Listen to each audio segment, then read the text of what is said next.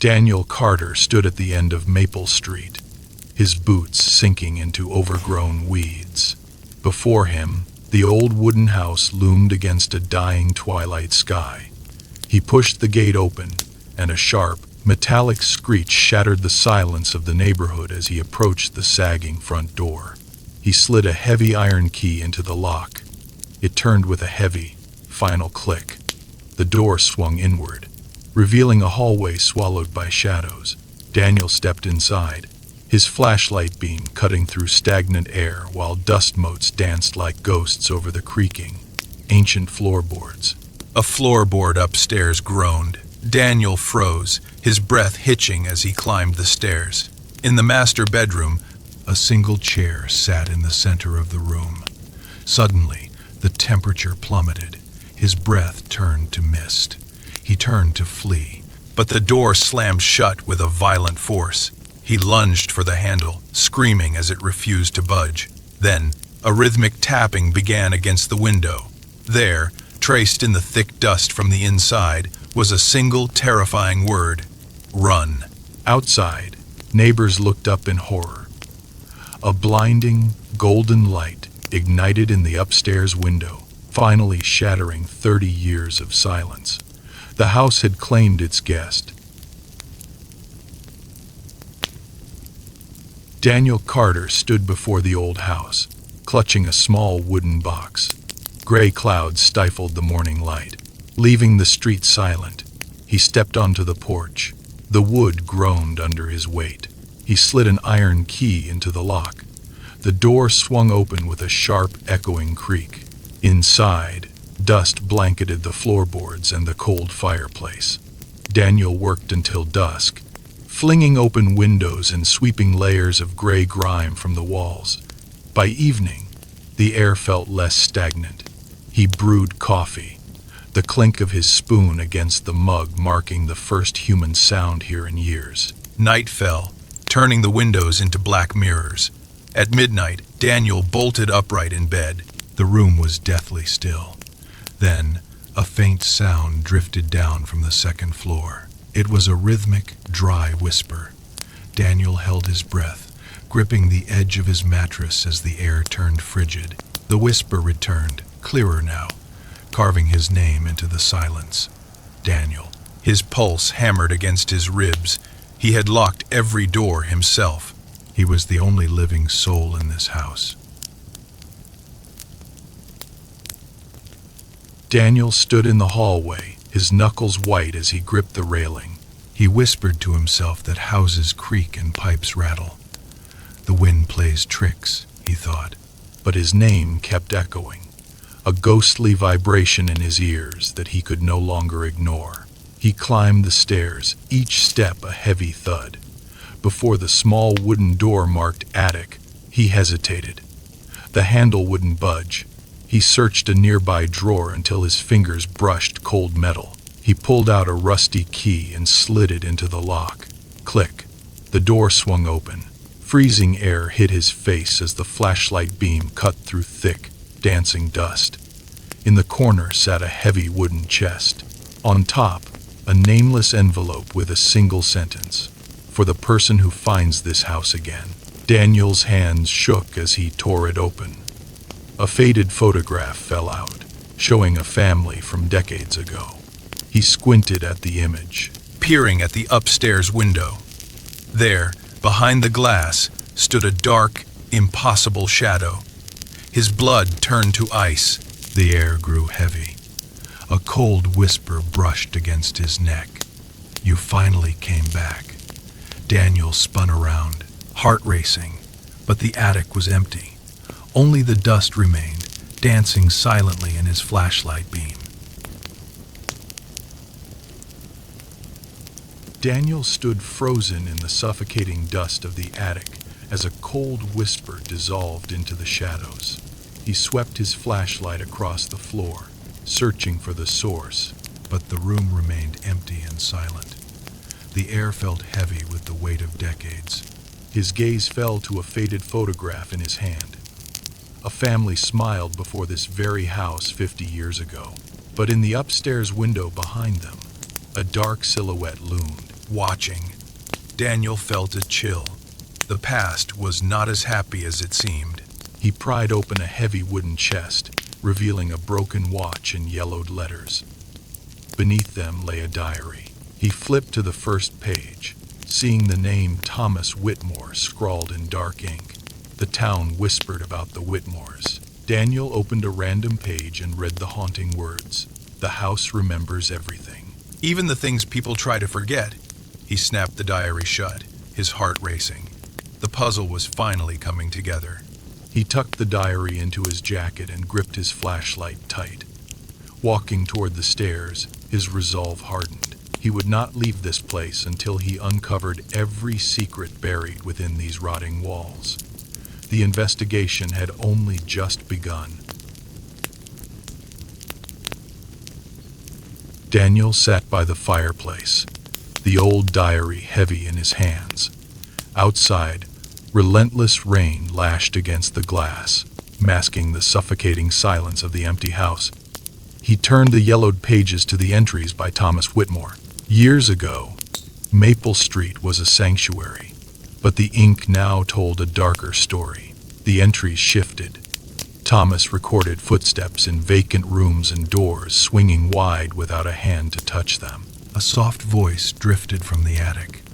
Thomas dismissed it as exhaustion, but soon his wife and children refused to step foot upstairs. Daniel squinted at a faded page. The ink was nearly gone, yet one sentence remained sharp. "There is someone inside this house." Daniel froze. The fire crackled, but the warmth could not reach his shivering skin. His eyes darted to the shadows. Suddenly, the wall clock shuddered.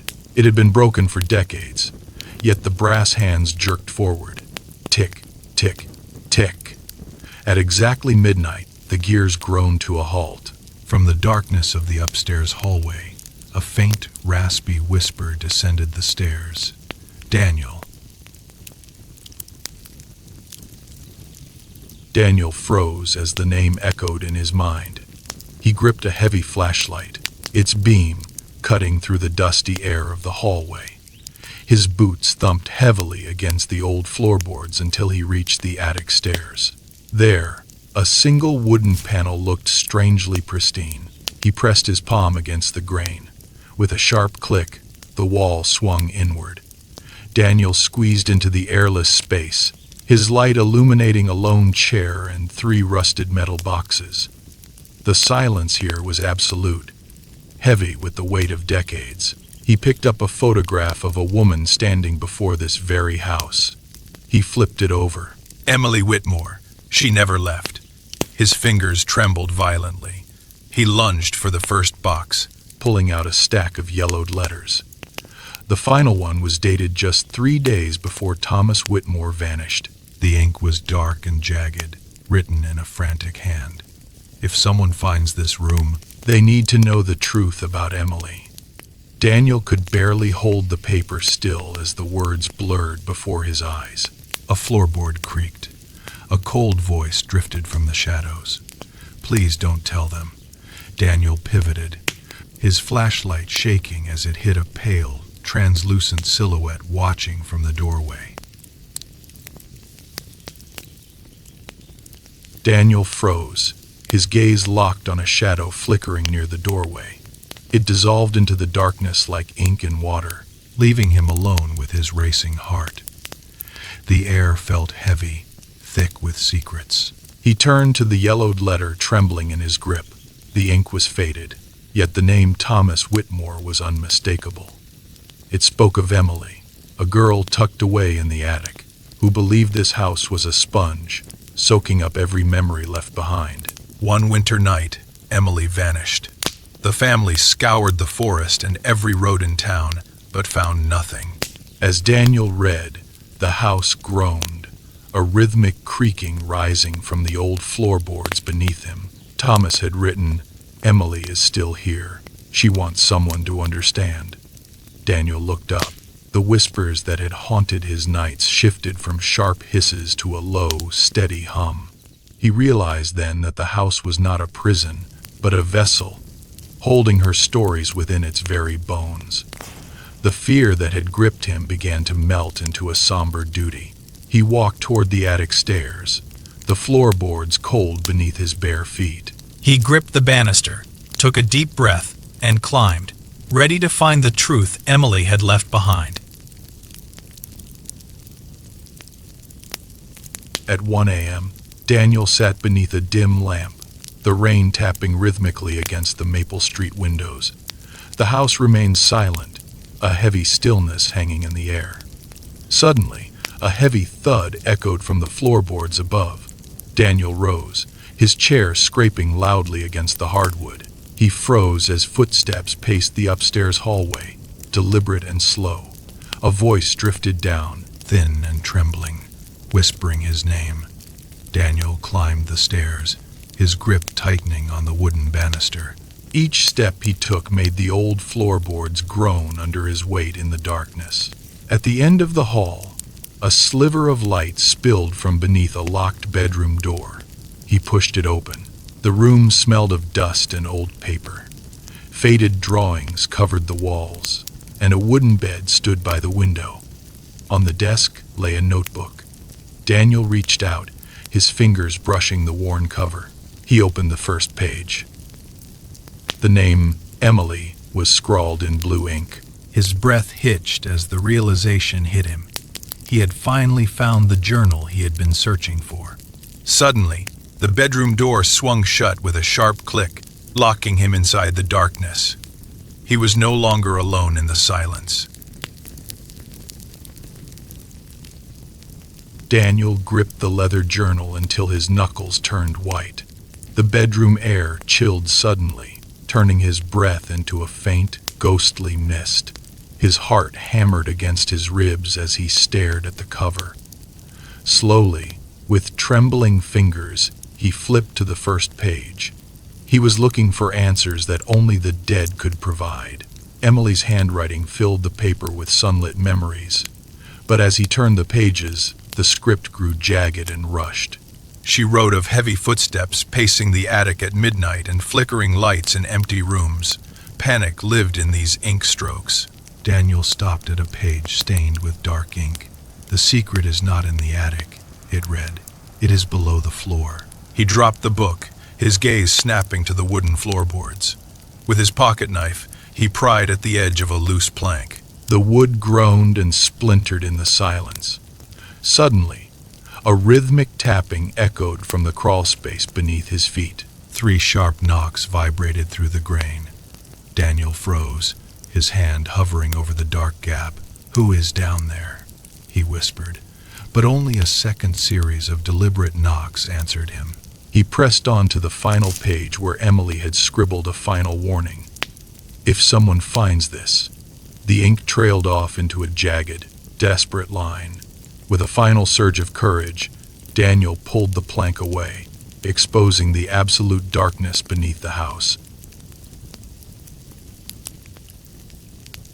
The next morning, Daniel began his desperate search for the hidden entrance mentioned in Emily's journal. He crawled across the dusty floorboards, tapping every inch of the ancient wood.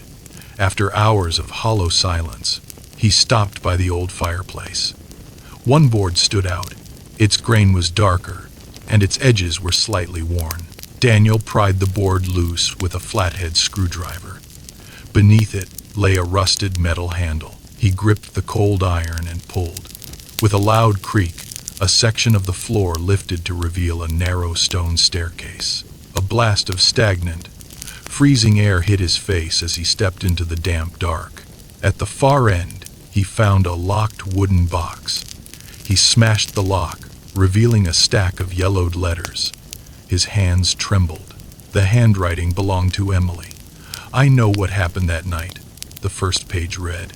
"I know why everyone left this house." He leaned closer to the light, desperate for the next sentence. Suddenly, the heavy wooden door above slammed shut with a deafening thud. Total darkness swallowed him whole. His flashlight flickered rapidly, casting jagged, terrifying shadows against the damp stones. Then, a cold voice breathed into his ear. "You shouldn't have opened this." Daniel stood alone in the dark basement. The air tasted of wet stone and rot. His flashlight flickered, casting erratic shadows against the cracked walls. He tapped the casing, but the beam only dimmed further. Silence swallowed the room. Every breath felt heavy in the damp cold. Then, a dry whisper rasped from the dark corners. "You shouldn't have opened this." Daniel froze, his grip tightening on the worn envelope in his pocket. He pulled out Emily's letter, reading her precise words aloud. "The house is not haunted.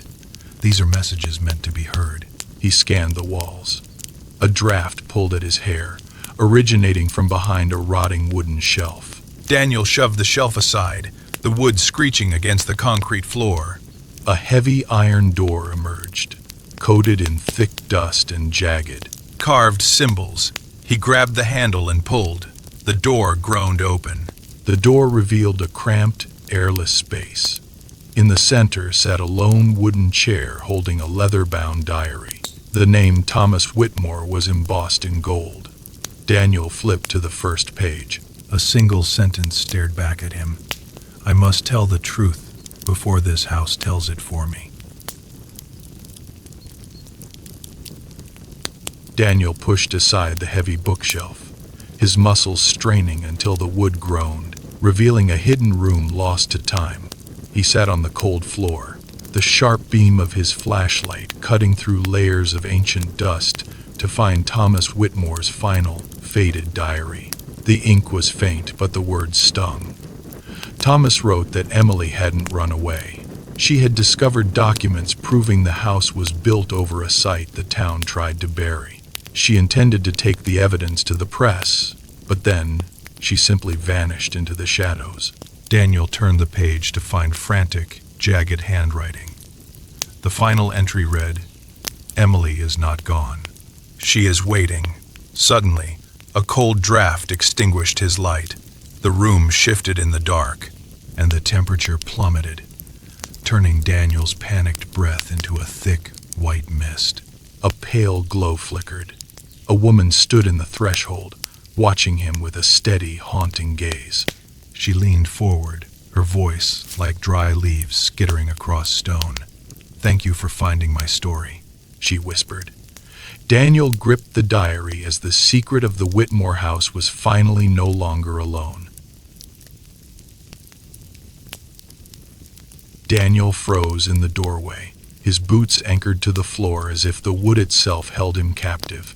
Before him stood Emily Whitmore, the woman from the yellowed photograph. She was perfectly still, her face illuminated by the flickering, dancing candlelight. Daniel gripped the leather-bound diary until his knuckles turned white. "What happened to you?" he asked, his voice cracking in the damp, heavy air. Emily did not move, but her eyes drifted toward the diary in his trembling hands. She began to speak of the house, her voice a soft echo of the past. She spoke of secret records buried deep within the lath and plaster. She had tried to show her father the evidence of a dark legacy, but a single misstep led to a sudden structural collapse. The house swallowed her secrets, and the world marked her as missing. She was not trapped by rage, but by the weight of an untold story. Daniel listened as the rhythmic thumping in the walls echoed through the room. It was not a ghost's warning, but a persistent, eternal knock. She had been waiting for a witness to finally hear the truth. Emily tilted her head toward a rusted iron box behind a rotting beam. "The final secret is inside," she whispered. Daniel pried the lid open. Inside lay a deed and a signed confession that would rewrite the entire history of Maple Street forever. Daniel pried the latch of the small wooden box. It groaned under the pressure, resisting the light of day. Inside lay brittle documents and a tarnished silver key. He unfolded the top paper, a deed dated over a century ago. The faded ink described this house as a vessel for memories. Every room had absorbed a lifetime of dinners and laughter. Daniel flipped to the next page, revealing a hand-drawn floor plan of a concealed space behind the library wall. Emily pointed to the sketch, her finger trembling as she traced the lines. She explained the owner hid letters here to preserve a legacy. When she vanished, the truth stayed buried. Daniel stood up and crossed the room, pressing his palm against the wood paneling. It felt cold and solid. He turned to Emily. "You wanted them to know," he said softly. Emily leaned against the mantel, her eyes steady. "Walls are just wood," she replied. "The stories are the foundation." Suddenly, Daniel realized the whispers he heard at night were not ghosts, but the echoes of forgotten lives. The house was not haunted. It was a living history. Emily gestured toward the silver key glinting in his hand. "The room is still there," she whispered, her voice barely a breath. "Go and see for yourself." Daniel looked at the key, ready to unlock the past. The heavy shadows that once choked these halls began to recede, yielding to a soft, pulsing light. The air felt lighter, as if the house itself was finally exhaling a long-held breath. Emily paused at the stone hearth. Daniel pressed the silver key into a jagged scratch in the wall. A hidden mechanism groaned, and with a sharp click, the brickwork swung inward. Inside lay a room frozen in time, filled with leather books and oil paintings. On a massive oak table, hundreds of yellowed scraps of paper rested like fallen leaves. Daniel touched a child's drawing and a note about an ancient feast. These were the echoes of every soul who lived here. "I wanted someone to find this," Emily whispered. "I wanted them to know this house was never empty. It was no longer a ruin, but a sanctuary of human history." Suddenly, a violent gust extinguished the lamps. The air turned biting cold as the floorboards began to tremble violently. Emily grabbed his arm, her face pale with terror. "Something is wrong," she hissed, as the sanctuary began to scream. The room fell into a heavy, suffocating silence. Daniel locked eyes with Emily, his voice trembling as he asked, "What happened?" Emily did not look back. She simply pointed toward the dark, yawning hallway and said, "The house has one final memory to show you." The old walls began to hum with a rhythmic vibration. It was not terrifying, but deeply familiar. Daniel heard the distinct sound of children laughing and the muffled cadence of dinner conversations. The air grew warm with the phantom sounds of a family living within these walls. A faint whisper drifted from the hallway. "Remember us." Daniel walked toward the source, finding a mirror thick with gray dust. Emily stood behind him, whispering, "This is the last forgotten piece." Daniel wiped the glass with his sleeve. As the dust fell away, he saw dozens of faces inside the frame.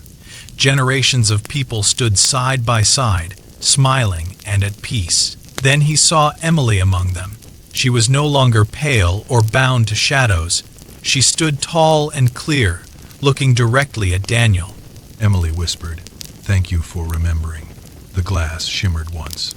The reflections faded back into ordinary light. The whispers were gone, leaving the hallway empty and still in the morning light. Sunlight cut through the thick dust motes of the old house. For decades, the residents of Maple Street crossed the road just to avoid it. They called it the Whispering House, a place of shadows and secrets. Daniel began his work at dawn. He pried up rotting floorboards, replacing them with fresh, sturdy oak. He scrubbed the grime from the windows until the glass turned clear, letting the world back in. In the garden, he replaced choking weeds with rows of fragrant lavender, breathing life into the soil. When the townspeople finally knocked, Daniel opened the door wide. He led them through the parlor, pointing to the original letters that cleared Emily Whitmore of the old rumors. The visitors stopped whispering in fear. They started asking questions, their voices filling the rooms with curiosity instead of dread. By dusk, the house felt vibrant rather than haunted. Daniel sat by the fireplace, the flames dancing on the restored floor. The oppressive murmurs had vanished. The house creaked, a rhythmic sound like a soft, lingering breath. He closed his eyes and smiled. The history was no longer a burden, but a legacy kept alive by the people within its walls. Months passed since the restoration. The house at the end of Maple Street no longer cast a shadow of fear. Local children now played in the sunlit garden, and neighbors left fresh flowers on the porch. Visitors traveled from distant towns just to admire Daniel's craftsmanship. Yet he remained focused on the catalyst for this change, Emily. One rainy evening, while Daniel sat by the fireplace, a sharp knock echoed through the hallway. He froze. No one visited at this hour. He pulled the heavy door open to find an elderly woman clutching a faded photograph. Her hands trembled. "Is this the Whitmore house?" she asked, her voice thin against the storm. Daniel nodded as she pressed the photo toward him. It was a girl in the garden, frozen in time. "My grandmother told me Emily wanted the world to remember these walls," she whispered. "My family has waited decades for someone to uncover the truth."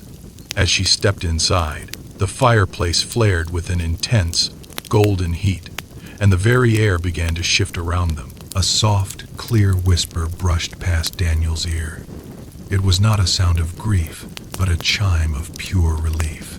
The house had finally found its voice again, and the shadows were gone forever.